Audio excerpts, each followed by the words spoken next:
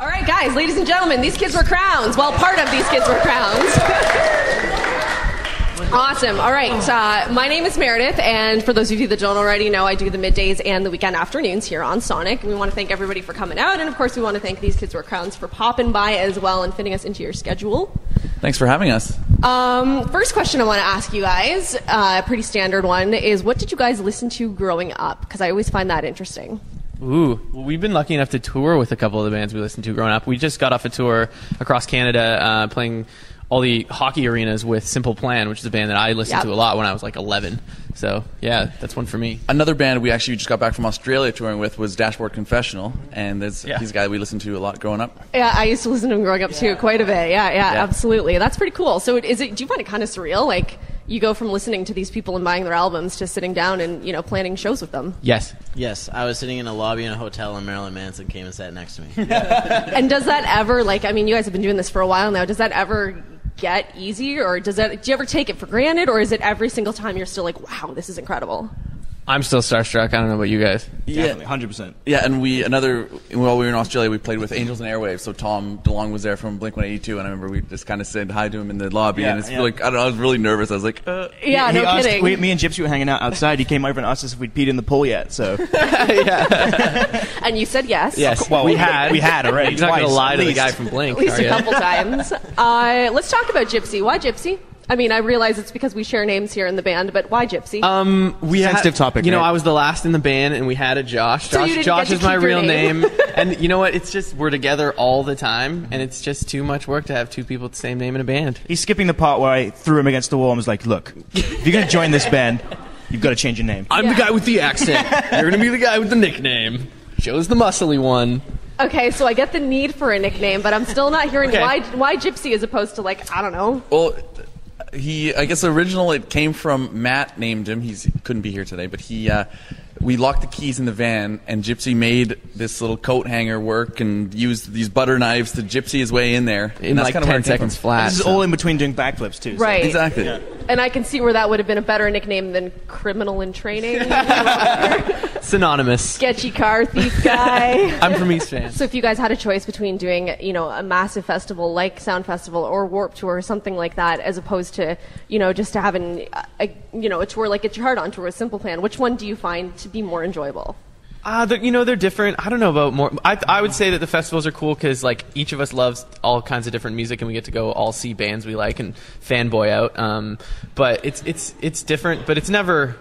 I don't know. It's never. It's never a pain. One's busy, one's not, but they're both fun. Yeah, exactly. We did them back to back, and it was perfect. Yeah, exactly. We did that all the time. Yeah. It was good. The stadium tour with the bus was pretty nice and cushy. We had it was our first tour actually. We had our own bus. The other tour we had a bus was with Fifi Dobson in the spring. Okay. Us and 4 of her band, her tour manager, her merch guy, and her all shared a bus that slept 10. So if you're good at math. That doesn't work. Yeah. But it was awesome. It was fantastic. This time we got our own bus, though, so that was great. Okay, and what's Fifi Dobson like?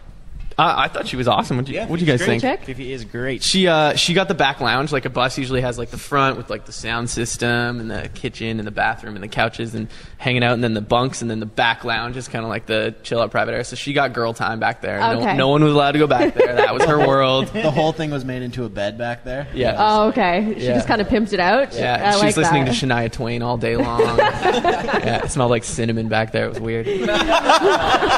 Not that I went. Not that I was there. But it was close. That's good. She probably kept things clean, too. Yeah. Typical girl styles. That's a lie. That's a lie. She was actually the messiest. Talk about the album, Jumpstart. How is this different than what you guys were first doing originally?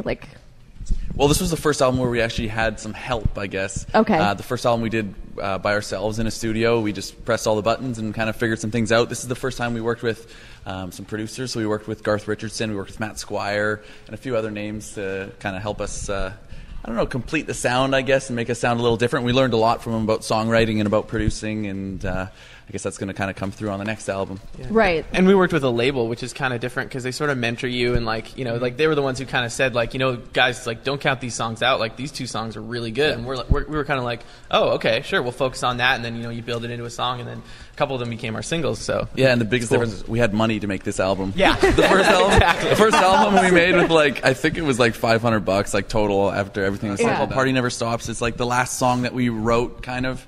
Me and Alex actually went to Garth Richardson's little cabin out in the middle of nowhere on Vancouver Island, and we wrote the song there, and we ended up coming back and recorded it in my basement, and the album version was mixed by a guy, but the single version I mixed in the basement, which is really cool. And it sounds amazing. Yeah, and it's really sounds exciting. way better. It's crazy. Sometimes it's like you hear, you know, Justin Bieber on the radio, and he's got millions of dollars mixed in a big studio in LA, written by all these 8 people collaborated to make this song, and then there's this song that comes up next, and it was made in my basement by me and Alex, 2 goofballs from Chilliwack. So it's kind of cool.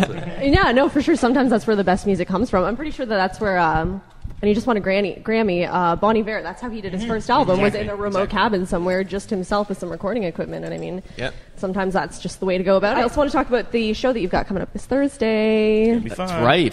We're putting on a benefit show for the BC Children's Hospital. Okay, and what made you guys choose that particular cause? Well, there's a fella in high school in Chilliwack. His name's Mac, and he was diagnosed with a form of cancer of the throat last year, and he's fought through it, and he's recovered. And so sort of in his honor, we had These Kids Wear Crowns Day given to us by the mayor last year, March 25th. Yep. So on that day, we announced we wanted to kind of do something for the community, give back. We gathered a bunch of sponsors, Royal Bank sponsoring it, you guys presenting the show. Thank you very much for doing that. And yes, we're putting on a show for $20. It's, you know, it's a cheap show at the Cultural Center in Chilliwack, and we just wanted to put on a show, raise some money, donate to the BC Children's Hospital to give back.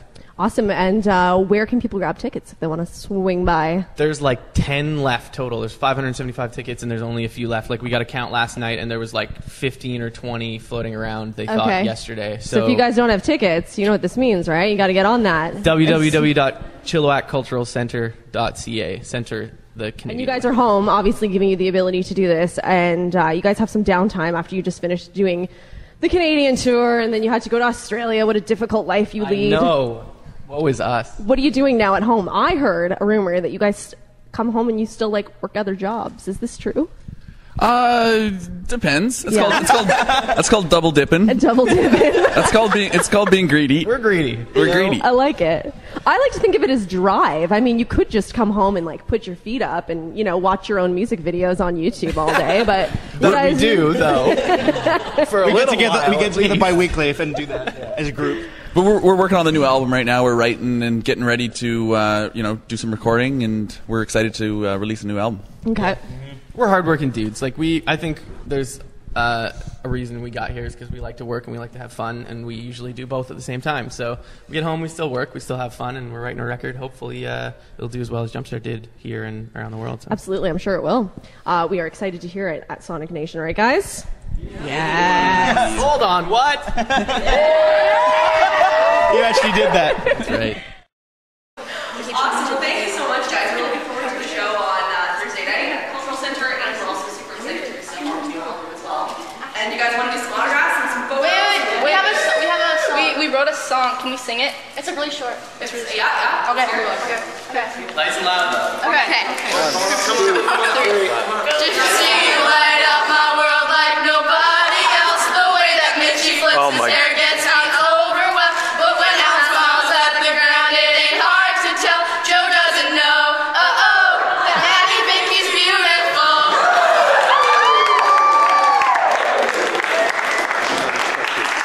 like that. I think it might have been more effective had you chosen one of their songs. Take it.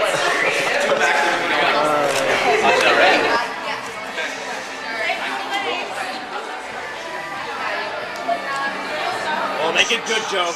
Oh, yeah, Joe. Oh, yeah. Who's this? Who's this? Good plan. Nice. I hate doing S's like this.